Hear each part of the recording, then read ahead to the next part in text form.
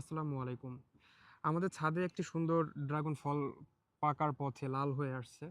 এই ফলটা কিন্তু জাস্ট ১০ টা দিন আগে এরকম লাল ছিল না। তো যখন ফলটা এরকম বড় হয়, আমার আব্বা যিনি গত ২৫ তারিখে এই পৃথিবী থেকে আমাদেরকে একা করে চলে গেছেন। তো তিনি প্ল্যান করতেছিলেন এটা আমার ছেলের জন্য অর্থাৎ তার নাতির জন্য আ যাতে এটা ফ্রিজে রেখে দেয়ার মানে দিবেন আরকি। কারণ ৬ মাসের আগে তো বাচ্চা কিছু মুখে দিতে পারবে না। তো আমি তখন আব্বুকে বলতেছিলাম যে, "আব্বু ফ্রিজে রেখে বাচ্চাকে খাওয়ানোর কিছু নাই। আল্লাহ যদি রিজিকে রাখেন তাহলে হয়তো আগামী বছর আবার যদি ড্রাগন ছাদে হয়, ফলটা হয় তাহলে আমরা ইজানকে দিব।" অথচ তার ঠিক কয়েকদিন পরেই আ যার রিজিক নিয়ে কোনো দুশ্চিন্তা ছিল না, যিনি ফলটা অনায়াসে খেতে পারতেন, একটা ছোট টুকরা হলেও যার রিজেকে লেখার কথা ছিল, সেই আব্বুই কিন্তু আজকে আমাদের দুনিয়াতে নেই।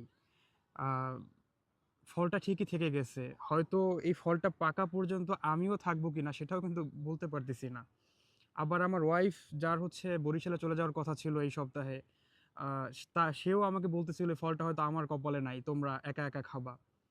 অথচ দিনের মানে পরিবর্তনে সে হয়তোবা যদি আল্লাহ তাকে বাঁচায় রাখে বা আমাদের সবাইকে বাঁচায় রাখে হয়তো ফলটা আমরা খাবো। আমার আব্বু খেতে পারবেন না। সো রিজিকটা আসলে মানুষের এমনই। আমরা অনেক পরিকল্পনা করি, রিজিক নিয়ে অনেক দুশ্চিন্তা করি।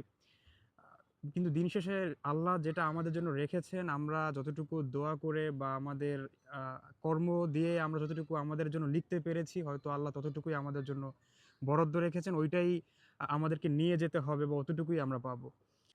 এটাই হচ্ছে আমাদের রিজিক, এটাই আল্লাহর বরকত, এইটাই নিয়ামত। দিন শেষে সবকিছুর জন্য আল্লাহর কাছে আমাদের আ শুকরিয়া আদায় করতে হবে। যাই হয়ে যাক না কেন এবং আল্লাহর রিজিকে বিশ্বাস করতে হবে। রিজিকে যেটা নাই সেটা আমি দুর্নীতি, অনিয়ম বা যত খারাপ কাজই করি না কেন ওইটা পাওয়ার জন্য সেটা আসলে আমি পাবো না। আর যদি আল্লাহ রিজিকে লিখে থাকেন তবে আমি বিশ্বাস করি সেটা আ আমার কাছে যতই মনে হোক এটা আমি পাবো না, অসম্ভব মনে হচ্ছে। কিন্তু আল্লাহ সেটা আমার কাছে এনেই দিবেন এবং সেটা সৎ পথেই ভালোভাবে এনে দিবেন। এতটুকুই সবার কাছে বলা। আসসালামু আলাইকুম।